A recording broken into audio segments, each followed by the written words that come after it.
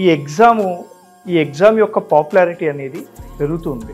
గత 10 సంవత్సరాలుగా చూసుకుంటే ఎవ్రీ ఇయర్ లక్షలాది మంది యూపీఎస్సీ సివిల్ సర్వీసెస్ ఎగ్జామ్కి అప్లై చేసి ఎగ్జామ్ రాస్తూ ఉన్నారు. ఒక చిన్న ఎగ్జాంపుల్ ఉదాహరణ చెప్పాలంటే లాస్ట్ ఇయర్ 13 లక్షల మంది దేశవ్యాప్తంగా ఈ ఎగ్జామ్కి అప్లై చేశారు. దాంట్లో 6,50,000 మంది ప్రిలిమ్స్ రాశారు. లాస్ట్కి 1000 మందికి ర్యాంక్స్ వచ్చాయి. మరి 2 తెలుగు రాష్ట్రాలలో చూసుకుంటే 81,000 మంది అప్లై చేశారు తెలుగు రాష్ట్రాలలో. ముందు అదే 60,000 మంది ఉండేది 5 సంవత్సరాల ముందు.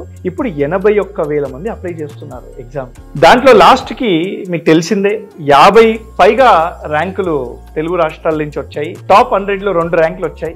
మన వరంగల్ అమ్మాయికి కూడా వచ్చింది, మీకు తెలుసు. చాలా సంతోషంగా ఉంది, చూస్తుంటే చాలా హ్యాపీగా అనిపిస్తుంది. మరి ఒక స్టూడెంట్ వీళ్ళందరినీ చూస్తూ ఇంట్లో అమ్మా నాన్న చెప్పిన మాట విని, లేదా ఫ్రెండ్స్ని చూస్తూ, లేదా మూవీస్కి ఇన్స్పైర్ అయ్యి నేను ఐఏఎస్ అవుతాను, నేను ఐపీఎస్ అవుతాను, నేను ఐఎఫ్ఎస్ అవుతాను అని ఇన్స్పైర్ అవుతూ ఉంటాడు. అంటే ఎక్స్టర్నల్ మినిస్టర్ జయశంకర్ గారు కానివ్వండి, లేదా సింగం సినిమాలో సూర్య గారిని కానివ్వండి, ఘర్షణ మూవీలో వెంకటేష్ గారిని కానివ్వండి, వీళ్ళందరినీ చూసి నేను కూడా ఐఏఎస్ అయితా, ఐపీఎస్ అయితా, మన గేమ్ చేంజర్ అనే మూవీలో రామ్ చరణ్ గారిని చూసి ఇలా కూడా మూవీస్ చాలా మంది ఇన్స్పైర్ చేస్తున్నాయి ఈ మధ్య. నేను మొన్న ఒక స్టూడెంట్ అడుగుతూ ఉన్నాను, లా చేయాలనుకుంటున్నాడు. లా ఎందుకు చేయాలనుకుంటున్నావు అంటే, సార్ రీసెంట్ గా ప్రియదర్శన్ ఇది ఒక మూవీ వచ్చింది, అడ్వకేట్ వేషం వేశాడు, అడ్వకేట్ గా దేశానికి ఏం చేయొచ్చు, సమాజానికి ఏం చేయొచ్చు అని చూసి ఇన్స్పైర్ అయ్యి లాయర్ అవుదాం అనుకుంటున్నాను అన్నాడు. చాలా సంతోషం అది యాక్చువల్గా.